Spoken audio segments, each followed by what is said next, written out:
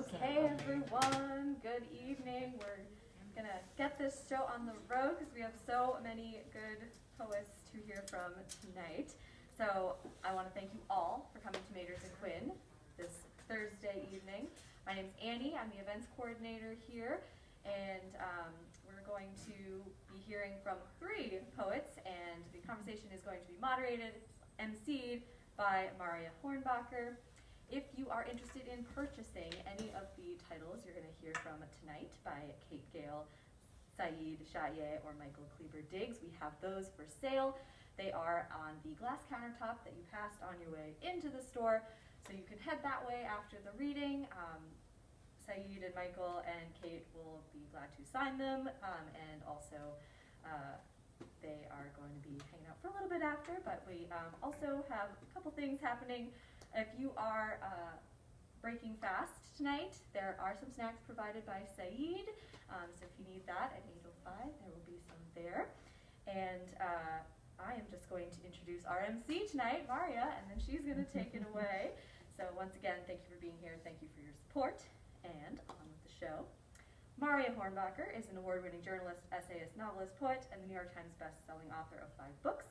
She's the recipient of the Annie Dillard Award for Nonfiction, Logan Fellowship for Social Justice Journalism, the Fountain House Humanitarian Award, and other distinctions. Her books have been translated into more than 30 languages, and her work appears regularly in publications, including New York Times, Boston Globe, Smithsonian, Crazy Horse, Aggie, Gulf Coast, The Normal School, For the Genre, Diagram, Arts and Letters, and others, and she teaches at the University of Nebraska, Omaha. Marya, thanks so much for being in charge tonight, and come on up. I am thrilled to be here this evening and to have the opportunity to introduce some of my favorite people and writers. Dr. Kate Gale is a colleague of mine, and I'm honored to call her a friend. She has a brand new book out that is absolutely stunning. The other 2 authors tonight are local. You guys are lucky that they are here with us. Michael Kleber-Diggs and Shaiye. I'm sorry, Shaiye, I've completely mangled the last name because I haven't asked you yet how to say it. We'll get that cleared up. I'm not going to talk much now. I'm just going to let Kate roll with this, but first, we will go to questions. We'll do a little discussing of poetry after this. Dr. Kate Gale is co-founder and managing editor of Red Hen Press, editor of the Los Angeles Review of Books, yes? Or the Los Angeles Review. Los Angeles Review. Thank you. And she teaches in the low-res MFA program at the University of Nebraska in Omaha, in poetry, fiction, and creative nonfiction, and in the Ashland, Ohio MFA program. Kate is the author of 7 books of poetry, including The Goldilocks Zone, which is fabulous. If you don't know that book, please do. From the University of New Mexico Press, which came out in 2014, and Echo Light from Red Mountain in 2014, and as well as 6 librettos, including Rio de Sangria, a libretto from an opera with composer Don Davis, which had its world premiere in October 2010 at the Florentine Opera in Milwaukee. I am also honored to say that Kate is the best person to ever be under duress with that I have ever known. Kate and I managed a whole residency as the only 2 faculty this year, but really the gift is Kate's poetry to us. I hope she will share some of that now. Thanks, Kate.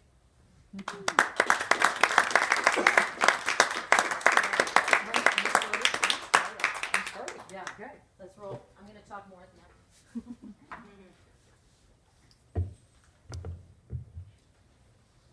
I'm going to start with the first poem in the book. There are 10 things you need to know to be a woman. This is, of course, based on the 10 rules of dueling in Hamilton, which is based on the 10 rules of crack. When you're young and the little boys say, "Let me see you pee," you need to say no. They want to see under your dress. Bad things can happen. They come for you. When you're in school and the other girls laugh at you because you're dressed like a half-wit, don't expect your mama to care. She'll laugh with her sisters, with her mother. They'll all laugh at you. They are laughing right now. They come for you. When you grow breasts and the boys say they just want to look at them, they don't mean it. They mean they want you to undress. They mean they want to have sex with you, and then with someone else, and then with someone else, and then with someone else. They will tell everyone how easily you slipped off your blouse, unhooked your bra, stepped out of your skirt. You thought it was love. They thought you were easy pickings. They come for you.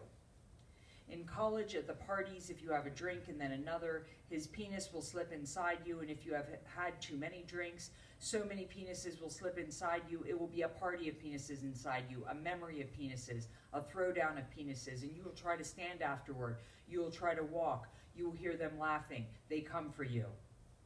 You move to another state and start over. You date doctors and lawyers. You are taken to the country club where the fancy men put their hands on you. They take you to high-rise hotels where they grope you in exchange for dinner. You put out, you are popular, they come for you. You get a job, you ask the women at your company to help you. You want help meeting important people, making connections. The women will not help you with anything. They sew the scarlet A to your blouse. They come for you.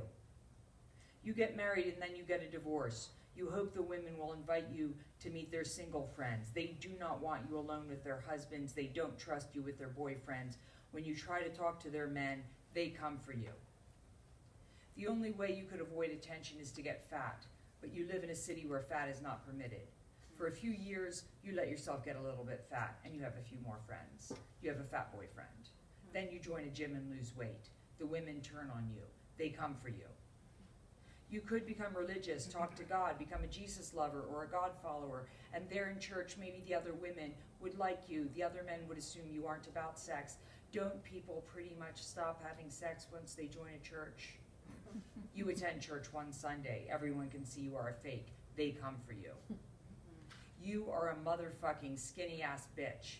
You've stomped around the world in your life building castles. You've painted the sky and planted trees. You have broken the goddamn rules. And when they wrote new ones, you broke those. You are out of control. You are the wild New Testament of women. You are breaking the 11th commandment, which is, thou shalt not speak if thou art a woman. You are speaking your dirty boots without shame. Where is your shame, woman? Where is your shame? Why do you not hang your head, woman? They come for you. They come for you. They come for you.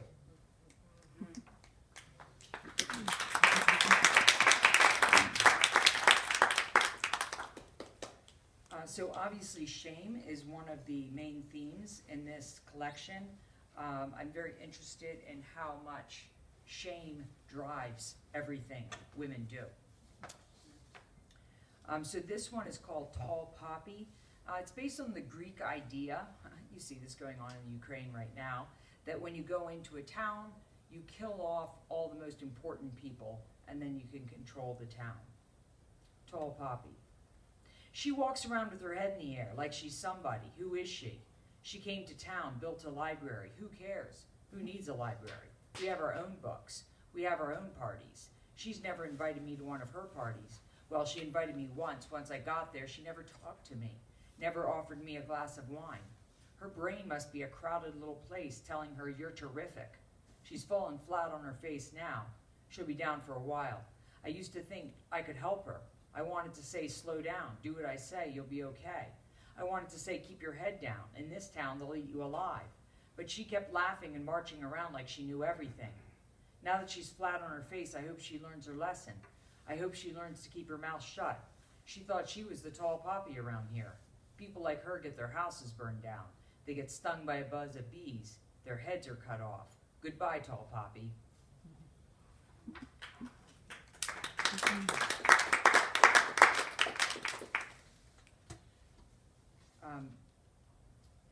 So in 2015, a lot of things happened to me and to my family, but one of them was that my husband found out that one of his heart valves didn't work, and so he had open heart surgery, and that is referenced in this poem. Wound care. Crossed to the other side of the street to avoid the wounded, gone to sleep to forget the wounded. Watched the wounded on television, watched wounding on television, read fantastical stories of wounding, wrote fantastical stories of one's own wounding, hidden wounds up your sleeve, down your pants, through your body, under your socks, between your toes, in the curves of arm and legs, in the radius of the abdominal cavity, lasting wounds due to damage to underlying structures, bone, muscle, tendon, arteries, nerves. Cosmetic results not the primary consideration for wound care. Bites cause high rate of infection, animal bites. human bites. We did not mean to wound others, but we did. We wounded our friends, we wounded our lovers. On my husband's back is a salt heart. I swim every day in the ocean, ride behind him on the motorcycle. The salt heart where my breasts press against his shirt. His heart has a new valve, one long, dark scar across his chest, a wound of slicing deeply, forcing back the rib cage, taking out the heart, replacing the valve in the heart chamber with titanium. His heart ticks like a clock. When I say I have been wounded, I mean darkness. Cherry blossoms open for 14 days, petals drop, leaves begin. Be there for the first opening of white on pink. Be there when the white on pink is blinding. Be there when petals drop and green arrives. Be there into the green and falling of leaves. The bark sings to you, the leaves sing, the cherry blossoms sing, of wounding, of healing, of white on pink, of blossoms. Feel petals blowing toward you. Feel morning come.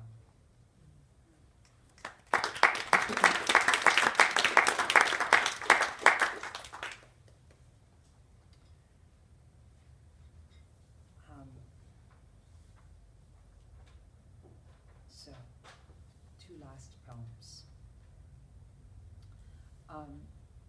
The idea that threads through this book is the story of Medusa. And the story of Medusa that we all know is Medusa having her head cut off, and then her head is used to kill the Kraken. But there was a story before that story that we don't get told. The way Medusa ended up with that head full of snakes is she was punished for being raped. This is that story. And then I liked the idea of giving Medusa a different ending.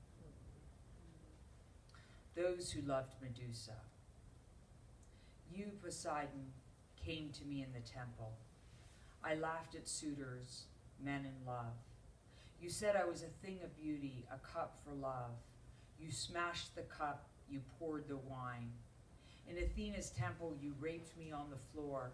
My eyes met Athena's. She found me guilty. After the rape, I gathered myself in blood. Athena whispered, I curse you. Athena said, you wore red.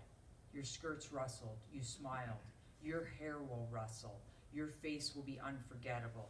Your silky hair will be snakes. Your voice a hiss. You are creature. Carry this story forward. Rape is the fault of the victim. Carry this story forward. The female turns the key, opens the door. You raped me in the temple. I am that thing. Hold my head aloft. Laugh for generations. Don't stop laughing until Medusa is synonymous with death. Turn me into that thing you fear. Make me monster. Make me creature you fear in the dark. You fear the thing in the dark, wet, ripe, swollen, waiting for pleasure, that thing demanding. Fear the woman with her own snakes. Men kept visiting me in the cave on the island of Sistine. Men kept visiting the cave. It isn't true they all died. Imagine the men who entered the cave, found love in the dark. Imagine the men who braved the forest, found my lips. Imagine the men who found my lips.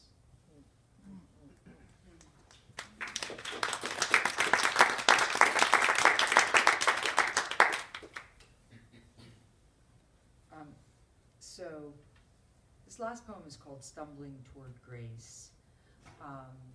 I grew up in a cult until I was 18. It was very abusive. I'm very much a trauma survivor.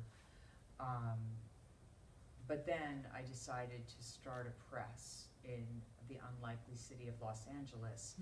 And so I have not been able to afford the therapy I so much deserve and need.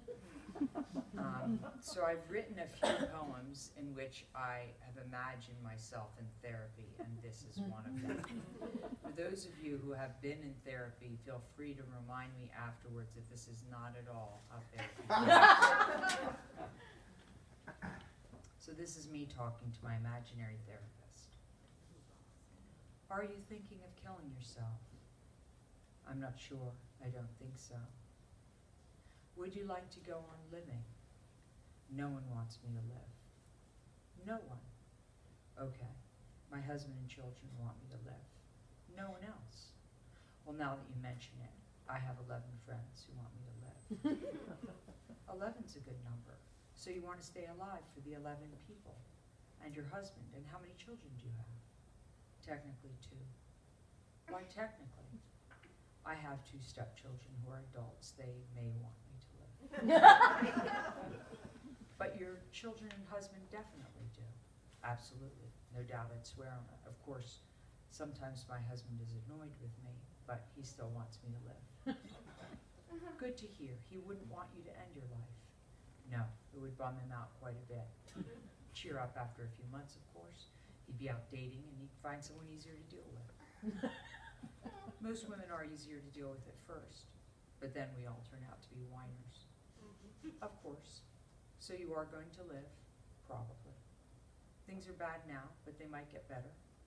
And in the meantime, 2 children, 1 husband who's only sometimes annoyed, and 11 friends, and you have a dog. Yes, a dog. A great dog, Jasper.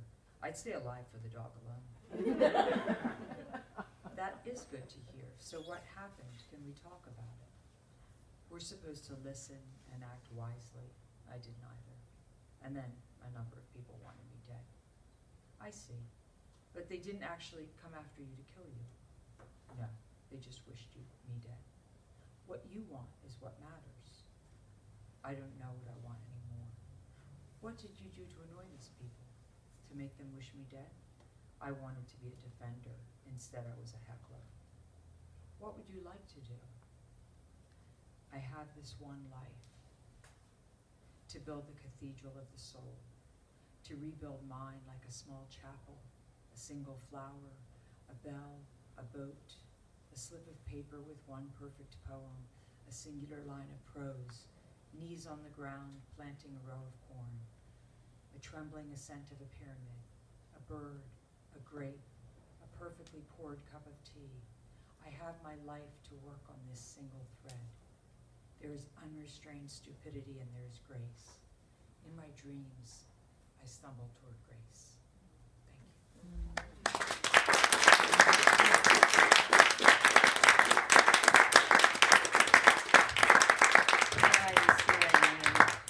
I apparently totally threw the order there because I'm just reading the page and that was ridiculous. We were going to go in a different order, but now we're going back to Saeed, if that's okay. And Michael's like, so when? Yeah, so Saeed is going to come up next. Thank you so much, Kate. It's a remarkable collection, and Kate is truly one of my favorite poets and people. Also a remarkable publisher, critic, teacher, and all-around human being.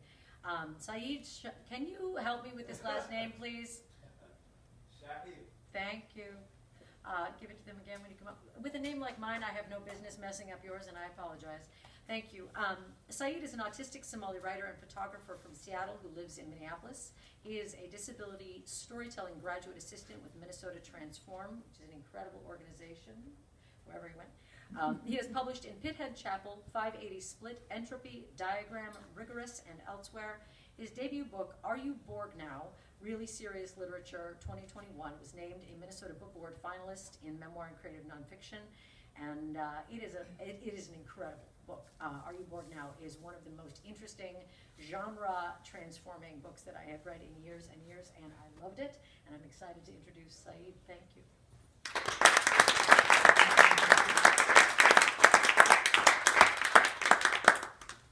Thank you for that introduction. It's a little It's taller funny, than all of us. I was gonna ask Kate for a job somewhere sunny, and she told me the depressing news that she couldn't afford a therapist as a small press owner, which I respect because we do this for the love. A practicing Muslim who believes the word of the Quran to be the word of Allah, who abides by Islam, who goes to mosque and prays every Friday, who prays 5 times a day. This practicing Muslim who believes in the teachings of the Quran cannot be a loyal citizen to the United States of America. This was written by Brigitte Gabriel, born Hanan Qahwaji, Lebanese-American anti-Islam activist, founder of ACT, whose mission is to lobby lawmakers to introduce anti-Muslim policies. She wrote a string of anti-Muslim propaganda books, including They Must Be Stopped, Why We Must Defeat Radical Islam and How We Can Do It. I think about people like her when I wonder why TSA is always harassing me, no matter how many complaints I file or how innocent I think myself to be. The problem is not you, Young. The problem is this country. I never know where to start or how to end, but I know that things make more sense the longer we dwell with them. If that's the case, I should be familiar with death by now. First name basis. Hello, Death. Hello, said. Death said hello, and all I could say back was a forgotten poem. Doubled over in back of the King County Metro paddy wagon Route 83, the all-night joint for the homeless, the hopeless, and those with places to live but no home. So we learn to live inside these poems, inside our words, carve them out of granite stones, carve them into our rib cages, bend them back, pull them out, hoping for a wife.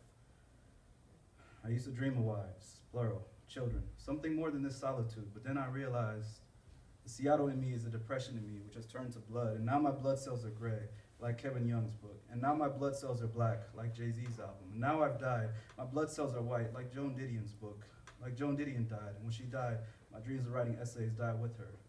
Rest in peace to my former lovers, my friends and foes, my future grave, and most of all, rest in peace to the loose change still rattling in my mother's couch, the microwave burritos, the real East Marginal way. Young nigga, I made it, out of White Center, grateful. But it still feels like I'm back there, helpless, with very little hope, avoiding eye contact. If you're fortunate enough to make eye contact with me, what would they tell you? My eyes would say, the Seattle in me is the depression in me, which has turned to blood. Gray album, black album, white album, Kevin Jigga Joan, blood, blood, blood. No more blood in me, just tears. My mom always used to say, this world, what get this magare, so it will never reach. The world will never reach. Whenever you grab hold of something, something else will slip away. This world, my mother said, will never be fulfilling. You will never reach your hopes and dreams before you die. The Prophet sallallahu alaihi wasallam said, this world wasn't meant for us to be satiated and satisfied in. This much I know. Still though, nah, forget all that. No more thoughts of a rope, chair kick, ceiling fan, therefrom, dangling. No more thoughts of premature death in my own hand. But once my eyes only saw death, now they dream of life. So now eyes worry the myriad ways this country can help me die. In the NBA, that's called an assist. In Sweden, they assess people with suicidal ideation. In Somalia, they read the Quran over us. In America, we're institutionalized. Then we write bestsellers on our way back to the slum tenements. A poem to my landlord titled, Don't Evict Me. A letter to my past self titled, Don't Give Up on Writing. Addendum, it won't save you, but don't stop writing. People from my past email me now, like, I don't know if you remember me, but I do, but baby girl, I'm autistic. I forget nothing, and yet everything. I forget everything. People think I made it now. But brother, let me tell you, making it is a lie. Before I made it, people who've made it would tell me, making it won't make the pain go away. And I guess that's the only form of making it I'm interested in.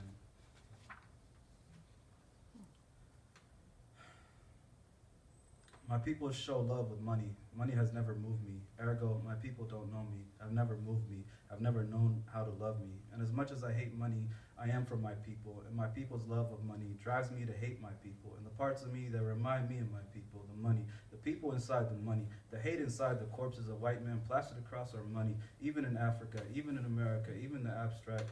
So perhaps I don't know how to love me, whether I'm broke or filthy rich. I wouldn't know what to do with my love, even if I had it. Here, I said to me, I got you, a pocket full of firewood, some half-chewed gum, and one Nas tape from like 96, but only half the tracks work, excluding halftime, of course, it has to work. I mean the Nas track, halftime, not the one by Thugger Thugger, halftime, not the one where he sings better than Elton John on Elton John's song sampled by Thugger Thugger, Manila Vanilla, Manila Kill Bill with the blue steel Hemi Ram truck. This is America and you will die here.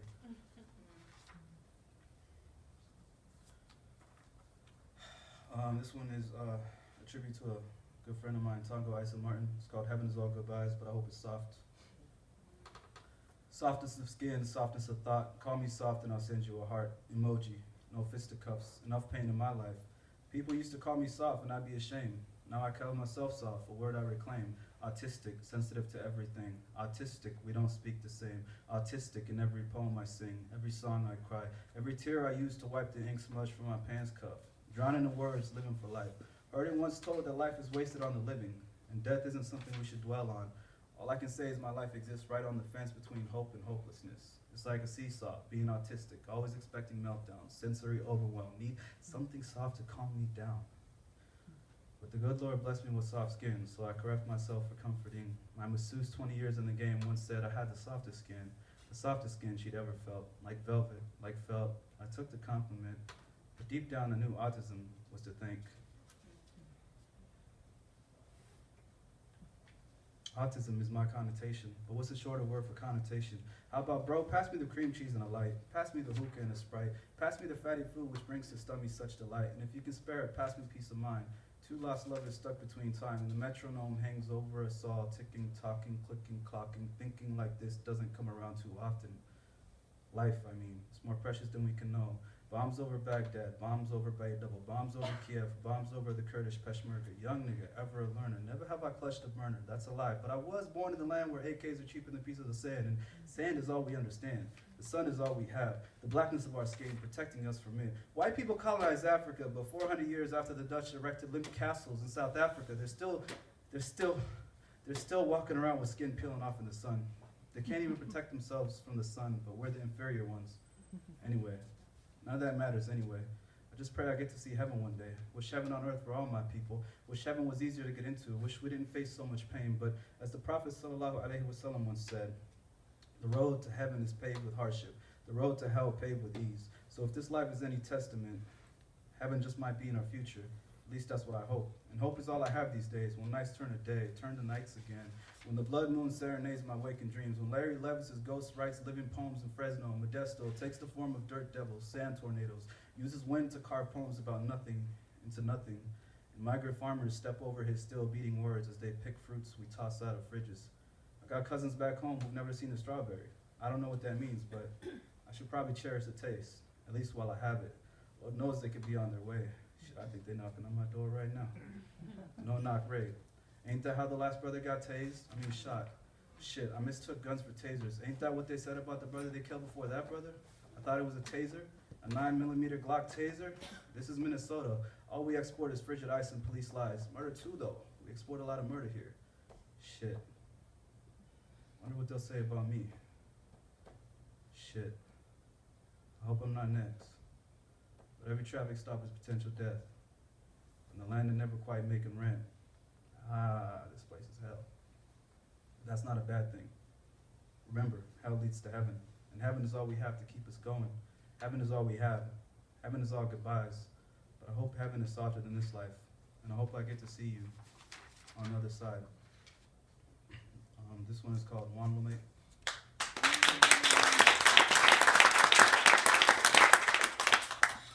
Wanlume, which means I'm lost in Somali. Look here, buddy, I came to write an essay, something about Islamophobia, about how being a black writer is blah, blah, blah. But see here, bud, words are failing me, and the absence of letters is in fact the presence of meaning. As a matter of fact, my point being that anything other than what I came to say today is a waste of both our thighs. What I'm trying to say is something I can't quite recall, for lack of proper recall. Thoughts take flight like bird calls. I came to write something urgent, important, but the words just aren't forming. I call it poetry, but the lines are too well worn. Makahadan of Somali ku hubadalo, gabay manavankara, aniga poem manavankara, waxaan ka wada hadaad fahmi kartid. Let me hear you say, hey, halar garay, sidaan u wada bahashaan wax qarqarka, waxaan rajaynaya inaan meel ku gaaro. Where that mail is, only Allah knows. In the meantime, we write this prose. We love this prose. We chase this prose. Never replace this prose. Bro, can you hear me, bro? My living room smells apple cider vinegar old. I drive recklessly because the statistics of seatbelt-related car crash fatalities are the least of my concerns as a black autistic Muslim man in America. I'm not thinking about the financial ramifications of getting a speeding ticket. All I'm thinking about is death. All I'm thinking about is getting from point A to point B, I may die. Any given time that I go to the grocery store, the pharmacy, the park, river, or lake, I may die. When I go to visit my mother, I may die on the way. I never visit my mother. My mother will visit my grave, and my mother may receive a call that her son has passed away at the hands of, I don't have to say, this is America. My blood is currency. This one is a shout out to one of my favorite poets. Thank you. It's one of my favorite poets and influences my style a lot, Larry Levis. It's called The Dollmaker's Ghost. But do stones breathe or think of lovers or dream like water-worn pebbles, smoothed over time, young niggas still hurting, feeling lost, nearly found salvation and heartbreak. Called his ex, they both wept. Under stars, moons spit pig blood, back at axes, at pigs, fuck cops' courses. Dreams of blood now, dreams of salvation then, dreams of saving graces and spitting unrhymed couplets through hazy phlegm. A dry cough, a dilla beat, a young nigga, ever diligently, due diligence, what my uncle said. Under the hot Mogadishu sun, humid, the air sticks to your skin, shirt to your air, sweat to your fears, and under it all, a cloud of smoke, acrid, exhaled through gritted teeth. Young nigga, if you want to make it, hear me now. You must walk through the chopper eye, fight back the goa'uld. Do not let your symbiote gain maturity, for it will travel from your stomach pouch, young Jaffa, and wrap itself around your brainstem, thereby suppressing your conscience, flooding you with thousands of years of genetic memories, and now you have no life. Well, alive, but better off dead. Look, man, Weezy told me life ain't cheap, you're better off dead.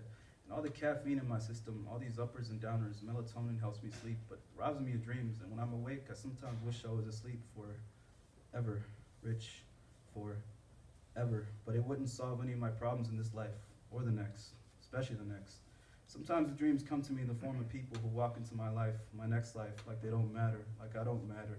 Young nigga, antimatter. Look, all I know is that Hanif taught me how to write an essay, even though I already knew how to write an essay, like a poem. He retaught me, and he never had to talk to me for that to happen. I just read his work. I'm autistic. This is how we learn, by absorbing, like osmosis, like Borg assimilation. We don't need to interact with you. We just take that which is due to us. This world, so cold for us. But you wouldn't know anything about that, would you? No. You just stare me down on cold streets. You ask me meaningless things through gritted teeth, through pleading eyes, through missed prayers. I ask for forgiveness even when I feel unworthy, especially when I feel worthless. I pray for hope, for salvation in this life and the next. I write how Cam used to spit in like 96 with Big L. Just yesterday I caught a Big L. Check it, to be seen clean as every teen's dream with more green than Springsteen.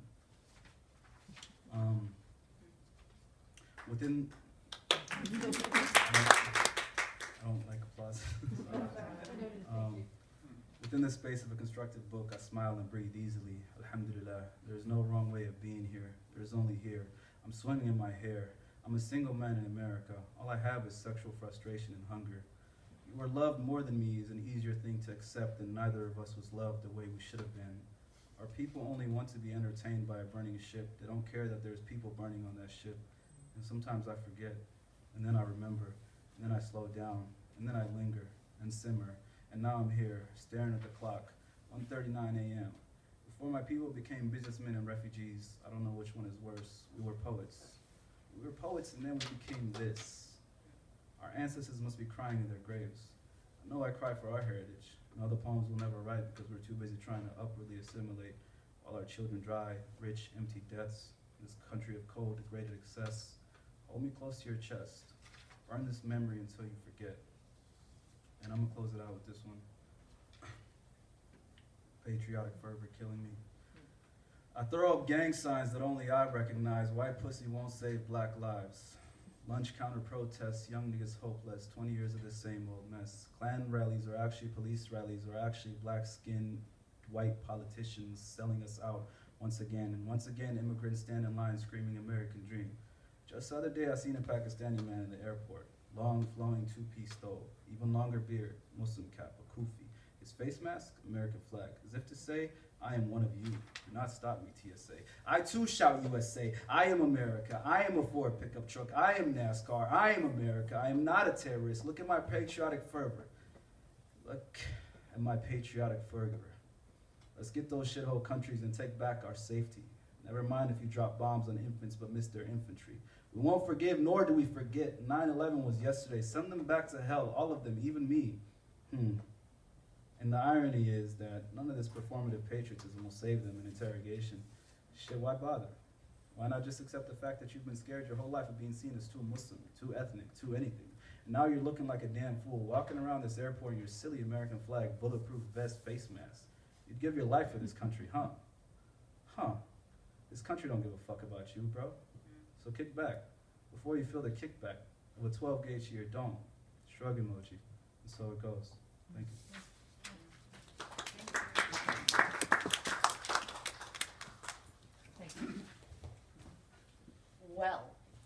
This is a height differential if I've seen one. Thank you so much. That was a remarkable rating. Thank you. Michael Kleber-Diggs, and then we will go to discussion. I'm going to ask you all to come up right after Michael reads, and we will bounce some questions around. Michael Kleber-Diggs is the author of Worldly Things, which was awarded the 2020 Max Ritvo Poetry Prize, which is an amazing thing. He was born and raised in Kansas, now lives in St. Paul, Minnesota. His work has appeared in Lit Hub, The Rumpus, Rain Taxi, McSweeney's, Internet Tendency, Waterstone Review, Midway Review, North Dakota Quarterly, and a few anthologies, a few important anthologies. Maybe we'll tell us about that later. Michael teaches poetry and creative nonfiction through the Minnesota Prison Writers Workshop. I believe you're also at Augsburg. Yes, and at Augsburg University in the Low Res MFA. Thank you so much, Michael, for being here.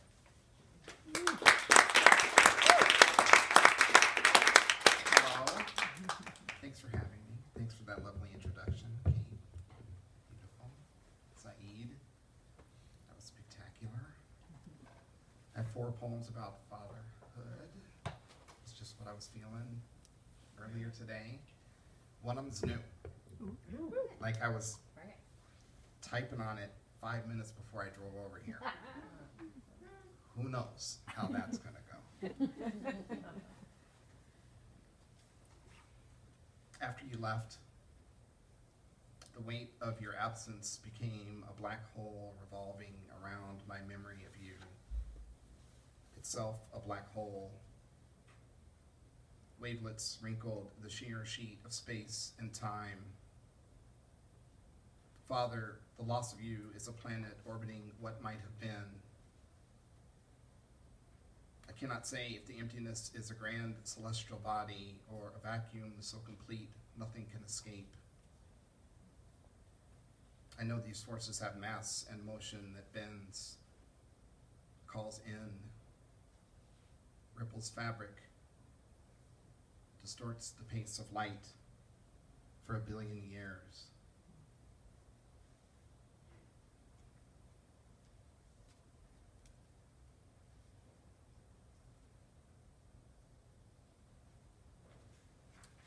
Back in Huntington. In northeast Indianapolis, a car collides with a fence, then a wall. Its engine whines in reverse. A pistol reports once. A windshield shatters. A man dies. Cars and trucks crawl by. Loose change bounces around a pocket while an ID is retrieved. Your name is now known but not yet spoken. In Huntington, 100 miles away, the volume on the TV lowers to confirm a knock at the door. A few blocks down, a cell phone rings continuously in the purse of a woman about your age who makes sandwiches for a national chain. In Spring Hill or Rocky Ripple, a man throws his keys onto a kitchen table, then collapses into a nearby chair. His wife holds him to her chest, whispers assurances not hers to make. It was not your fault, she says. The day went sideways. It was him or you. In London, an intern adds your name to a database of those who died at the hands of police this year. You are number 537. Joshua Dyer, age 34. Passenger in a car trying to get away. In St. Paul, Minnesota, a man joins those lamenting your loss. He was about your son's age when his father was killed by a different man in a different city with a different gun for different reasons.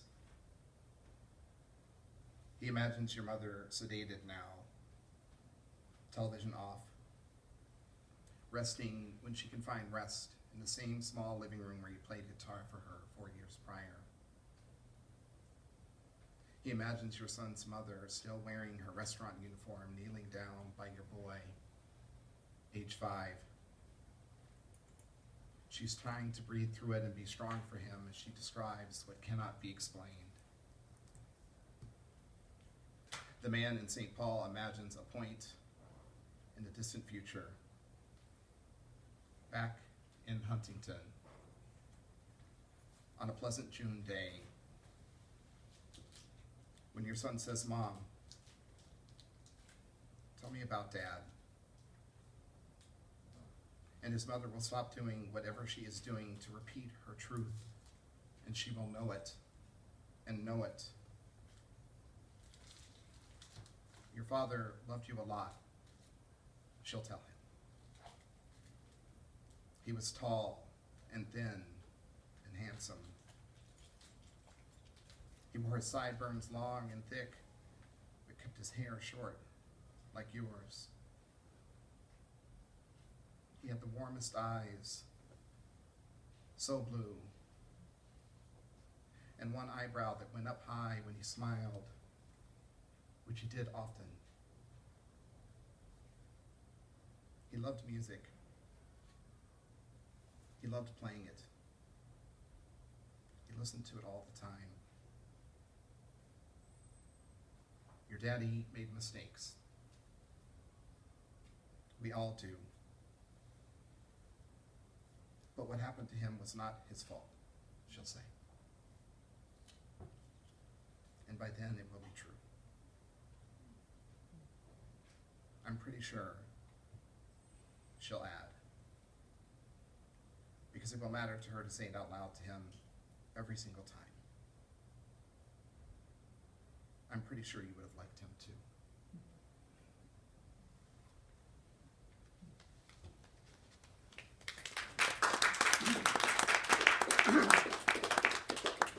This is called Some Reflections, I think. I think. I held her body close to my chest and hoped she could hear my heart, that it would be familiar and unique. She had arrived in a flash after breastfeeding class, a night I first learned nature can be complicated. She was early, coated in meconium, somewhat strangled by a needle noose, a little bit jaundiced. Almost 6 weeks early and not yet strong enough to nurse at her mother's breast. I was made to help. I was advised to wear loose shirts, taught to wash my hands, then draw pre-pumped milk from a warmed plastic bag into a sterile syringe set to 16 cc's, to push any air out. Taught to attach a thin tube from the syringe to my pinky with surgical tape, to place my finger right by my nipple, show her the source of nourishment, bring her slowly close to me like a mother would. I helped sometimes. I pressed the plunger a little sometimes. I wanted to be sufficient. Even then, I took care to take it all in. Our days on the couch, the living room we had in the house we owned 2 houses in 20 years ago. Sundays when her mother was away and we shared our daddy-daughter days.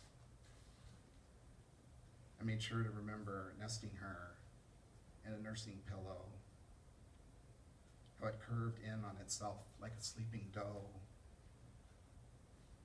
what it felt like to bring her to my chest, dust falling slowly around us, visible in sun rays streaming through antique glass, the way we shimmered in that light.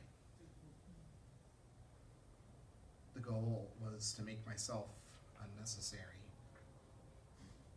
help her gain strength enough not to need me. I recall wanting the time to stay and go away. Complicated. I made sure to remember the first time I saw her see herself in my irises. What it felt like to see myself as myself, but also myself as someone else in hers. How I sensed both of us expanding like pupils became suddenly full, enough to ache.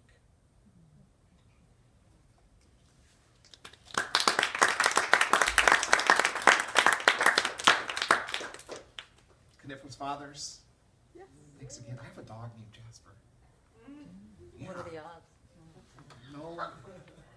No end of trouble from this dog. Abundant love. No end of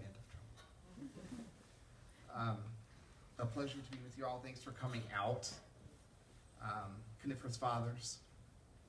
Let's fashion gentle fathers. Expressive. Holding us how we wanted to be held before we could ask. Singing off-key lullabies written for us, songs every evening like possibilities. Fathers who say, this is how you hold a baby, but never mention a football. Say nothing in that moment. Just bring us to their chests naturally without shyness. Let's grow fathers from pine, not oak. Coniferous fathers, raising us in their shade. Fathers soft enough to bend. Fathers who love us like their fathers couldn't. Fathers who can talk about menstruation while playing a game of pepper in the front yard. No. Take baseball out. Let's discover a new sort. Fathers as varied and vast as a superior forest. Let's kill off sternness and play down wisdom. Give us fathers of laughter and fathers who cry. Fathers who say, check this out. I'm scared. I'm sorry. Or, I don't know. Give us fathers strong enough to admit they want to be near us. They've always wanted to be near us. Give us fathers desperate for something different, not Johnny Appleseed, not even Atticus Finch. No more Rolling Stones. No more lazy boy dads reading newspapers in some other room. Let's create folklore side by side in a garden singing psalms about abiding. Just that. Abiding. Being steadfast. Present. Evergreen and ethereal. Let's make the old needles soft enough for us to rest on. Dream on. Next to them.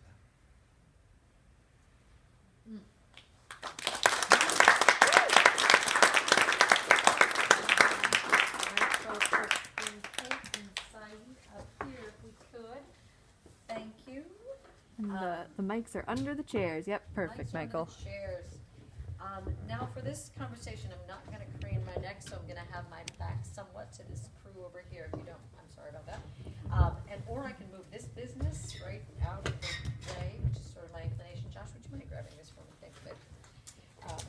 Thank you. I meant this part, man. Heavy bit. This. All right. So thank you, love. So what I want to do really quickly, if we could start, since we just had Michael reading, thank you, my dear. Let's start there, and we'll go then to Shaiye and then to Kate. And if you need to break, folks, for breaking fast, please do. That'll be at 8:05. If we're still going, we'll just keep rolling. That's cool. But what I actually want to talk about, just briefly, about this group of people. What I love about the work of all of these people, among other things, is that they are all both poets and nonfiction writers. I'm really intrigued by that intersection in this crew, insofar as all of these people are working in both very, familiar forms and also creating new forms all the time within pieces and across collections. And I'm intrigued to know from each of you a little bit about how you make decisions about the form you're going to use, about how you come to the form. I'm thinking in specific here, Michael, about your piece, which you call an acrostic golden shovel. You know the Oh, one I'm talking about. I Can you do. talk a little bit about your use of form and how that figures into your work as a whole? Yeah, so I have a poem in Worldly Things called America's Loving Me to Death. And it's an acrostic golden shovel. So the acrostic part is America's Loving Me to Death, the title of the poem, and that's the first letter of each line. A golden shovel is a poetic form invented by Terence Hayes, responding to a Gwendolyn Brooks poem, The Pool Players 7 at the Golden Shovel. And he takes, and it's a short poem, and he takes every word from that poem and makes it the last line in a new poem, and in a new form that he created. So in my poem, America is Loving Me to Death, the golden shovel part is the Pledge of Allegiance. So on the left, America is loving me to death. On the right, I am being asked to pledge allegiance to this relatively destructive force. Form is important for me for a lot of reasons. One of them is that I'm fairly narrative in my poems. I started off writing fiction. I did that for many years. I gravitate towards story in poems and in essays. I just let's just be super honest while we're here. Like, I'm in Uptown. I'm super honest in Uptown. I don't know why that is. Just something there. Yeah, but a form helped me feel like I was a poet. Like, this has to be a poem because it's technically doing all the stuff that it's supposed to do. And in the early days, that was my way into the club. Now it gives me a frame for conversations. That's a great example. I wanted to talk about the challenges of being asked. I was thinking about that around the time of Colin Kaepernick, around the time of Philando Castile, being asked to love this country while it's just not loving you at all. In fact, quite the opposite of that. And form, that idea just really helped me come into the conversation that I wanted to have the entire time. I'll share one other thing. It was a Saturday. I'm like, acrostic golden shovel. What if the acrostic is America's loving me to death? 20 minutes later, I checked the Pledge of Allegiance, and when I saw it ended on God, I'm like, that's it. All I gotta do is fill in the middle, and I'm done. 2 years for the middle before I really felt like it was functioning as a cohesive thing and not as two forms compressed together, but I still liked it as an idea. Thank you so much. Exactly. I mean, what I love about, Terence Hayes is just a remarkable poet to begin with. I love in that poem particularly that there's Terence Hayes, there's the referring back to Gwendolyn Brooks, who's, amazing, but also the formal structure of it. What I was thinking about is a friend of mine talks about the use of parameters and how that forces her to kind of strain against a form sometimes, where content can feel unwieldy or wiggly to her. She talks about a parameter, whether it's a formal poem structure or a very strict essay form. She says it gives her something to push against. And that's one of the things that I love about all of these writers, is that they are using language in very, very different ways to create, a space for content that is, by its very nature, hot, right? It's hot content. And what's interesting to me is how all of you are using form in really different ways to create a container for it that also is kind of very, very hot to the touch. And I love that. Shaiye, if you don't mind, can I ask you a little bit about, and you can hear it, what I love about this is hearing you out loud. You talk in one of your interviews about switching forms, switching directions at times, and you talk about it, at least as I'm recalling the article, as a way of either distracting the author, sometimes the reader, giving yourself a break, giving the reader a break, turning a corner. I could hear it when you were reading it, and I'm wondering, how do you make those decisions about forming your work? Because I know, again, it straddles the poetry, nonfiction, essay form stuff, but I know you're making very deliberate choices there. I'm wondering if you could talk about that.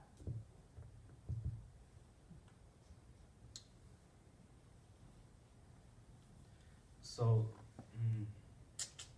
they're not so much decisions as they are feelings that I go towards.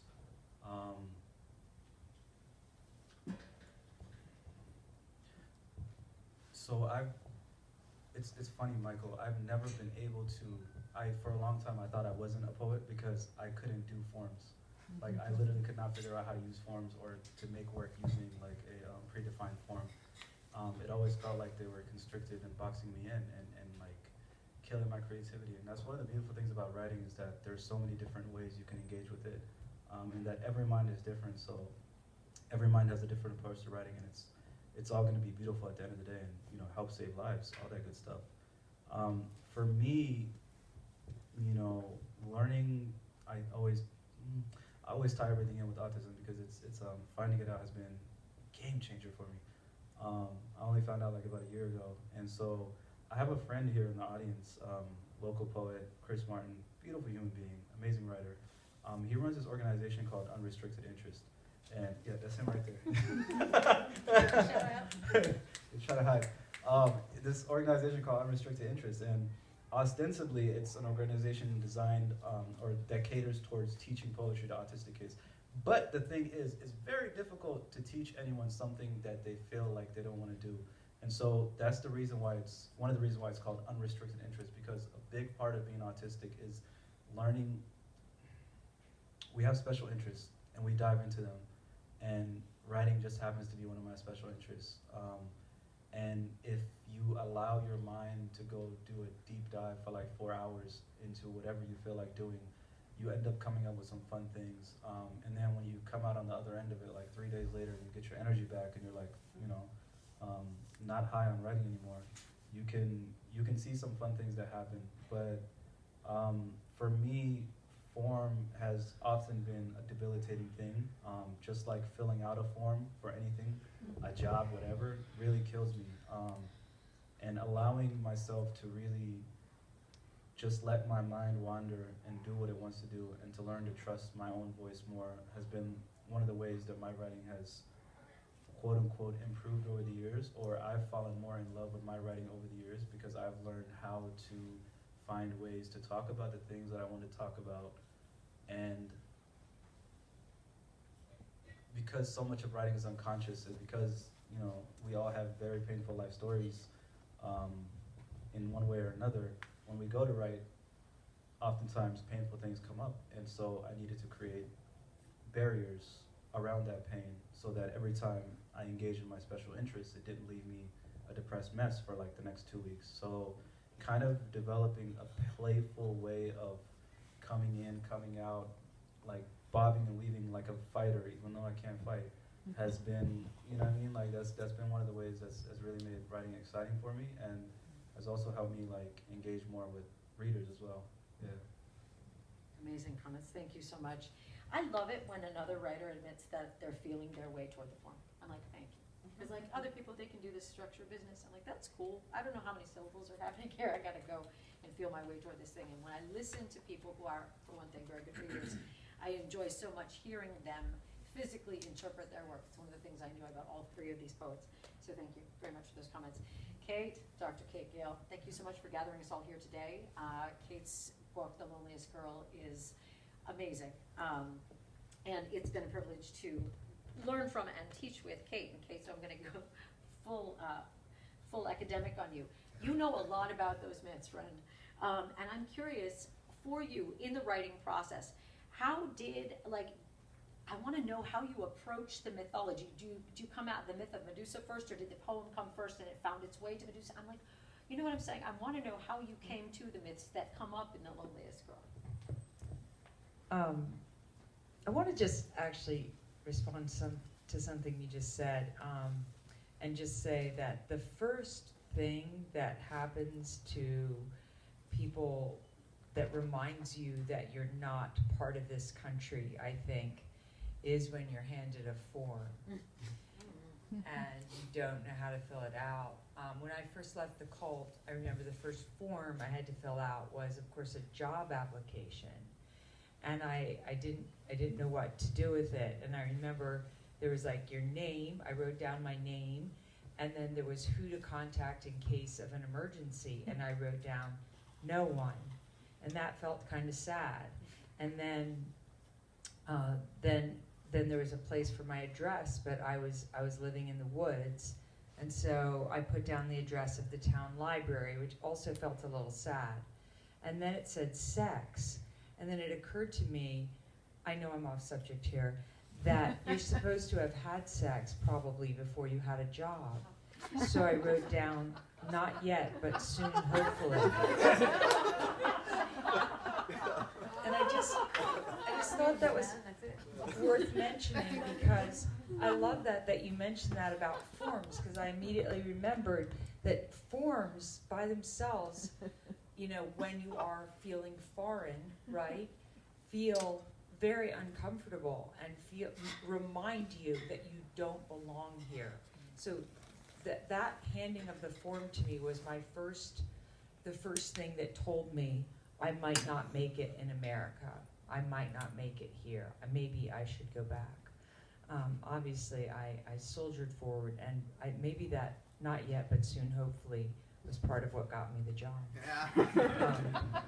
But back to your question, I wanted to write about shame. I wanted to focus on the subject of shame, and I kept thinking about all the different ways women are shamed, and one of them is, of course, just being ashamed of our bodies. We're ashamed when we're young because we're too fat and we're not pretty enough. And then we're ashamed when we get older because we're old.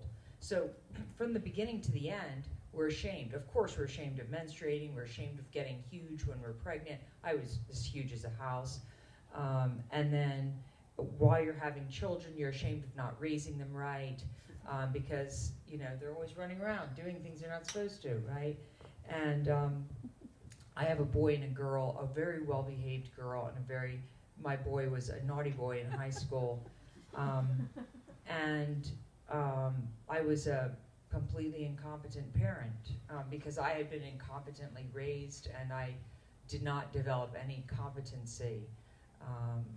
My son would call me and say, I have pulled the fire alarm again, and I would say, wait on the grassy knoll, I'll pick you up in the getaway car. Terrible, terrible parenting. And so I kept thinking, though, of this shame that I lived with all the time. I was always afraid of doing something wrong, and then, of course, I did things wrong and would be even more ashamed. And it seemed to me that as social media gained steam, that we all have reasons to be afraid that if we do something wrong, that Twitter will get us. And then I wanted to find a seat for this in literature. And really, both the Bible and Greek literature have a lot of ways of shaming people, but especially women. If you go through the Bible, women should be ashamed all the time. And in Greek mythology, women should be ashamed.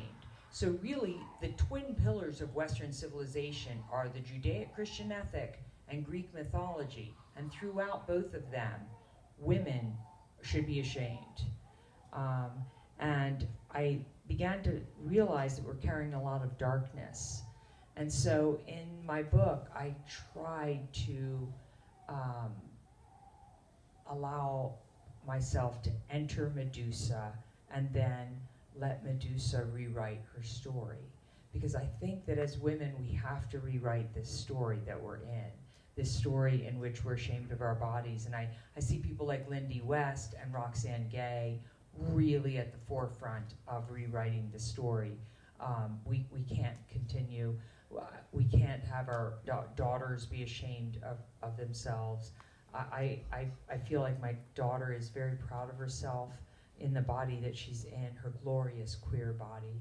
And I hope that the new generation of women continue to be free of the shame that I grew up in.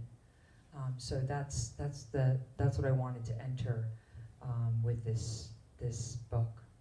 Awesome. Thank you so much. I'm actually going to just see if you have any questions for each other before we break. I'm so intrigued with this last poem about the father. My first father. Oh, that was just so amazing. They had all the different fathers. So I mean, did you work on that poem for a long time? I did. I had a couple things happening at the same time when I was working on that. I remember I was on retreat, one of the do-it-yourself retreat with some friends in a wooded area and hiking there quite a bit. I'd had a memory that took me back to this moment when my daughter was pretty young, and I made like a parenting error. I can't even remember what it was. I think I amplified something minor. It's basically what it was. And she's quite young, probably 4. And I said to her, I'm sorry. And she said, I remember she asked me if I needed a timeout. And I thought, probably. I mean, turnabout is fair play. But then I also remembered not having heard that from my parents when I was growing up. It was a different time. It was a different time in the 70s, and I know for sure both of my parents felt like they had an important job to do, and that was to keep me alive, and that there would probably be a lot about that work that I would not understand. And they made no apologies. It wasn't really, in a way, their apology to give. But saying I'm sorry to my daughter was really important to me, and represented, I think, a desire, I hope it's okay to say, somewhat similar to the one that you expressed, where I lost my father when I was early. I did not have, for that reason, a father that I could refer to for how to do it. I remember at some point saying, well, I'm just going to be a parent then. Like, what about that? And, but also just wanting to write about that, to write about new possibilities, thinking a lot about men, about limiting and limited notions of what it means to be a man, the harm that leads to, the desire to destroy that, to create something new in its wake, but also hiking around, seeing all those trees, and thinking about pine trees and evergreen things, and wanting to play around with those ideas. It did take a while for it to come together, for sure. So I want to ask about that opening poem, which I thought was just amazing, and such a great book in the beginning of your reading and the end of your reading, and all the things that are happening in there. I admired completely, both for you and for you, Saeed, the conversations that you were having and the emotions that you were navigating as you were both sharing that work. But I wanted to ask about that initial poem and what took you into that, and also just what it's like to read it in public with the coarse language. Oh my goodness, so Minnesota. Yeah, I was shocked. I'm from St. Paul, but no, I just wanted to, what took you into that poem? So actually, I was quite obsessed with Hamilton, I have to admit. I listened to the musical Hamilton in my car many, many, many times, and I became kind of obsessed with it. And I started to think of what the 10 things would be that a woman would need to stay alive. And I worked on it for quite a while. The first time I read this poem was actually in Los Angeles at Beyond Baroque, and it came off quite weirdly because afterwards people came up to me. What I wanted to do in this poem is collect essentially everything that's happened to women. You know, somebody has been gang raped, somebody has tried to remake themselves by moving to another city. I tried to think of everything that's ever happened to women. Somebody has been molested as a child. You know, I kind of tracked through. So I read this at Beyond Baroque, and a couple people came up to me who had kind of known me most of my poetry life and said, "I'm so sorry to hear you were gang raped in college." And I thought, wow, how did this become an autobiographical? Did you think everything in this poem happened to me? Like, really?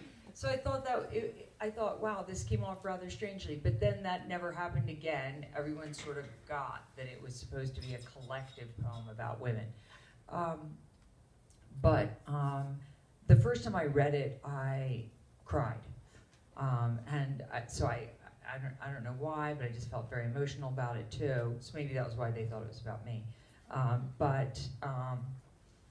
I really wanted to punch through the every bit of the female experience and get into the dirt of it. And for me, in the end, like this whole book, which took me about 7 years to write, felt like there was a time when I was a child at the cult when I was left in a well overnight, and they came and got me at noon or something the next day.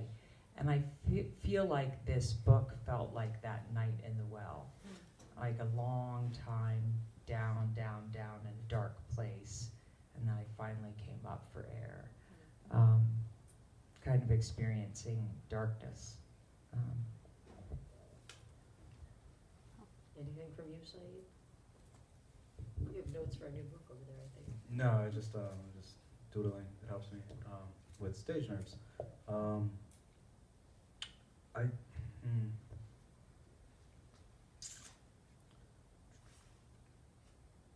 What does poetry mean to you? Yeah. What does it do for you? And what can it do for us?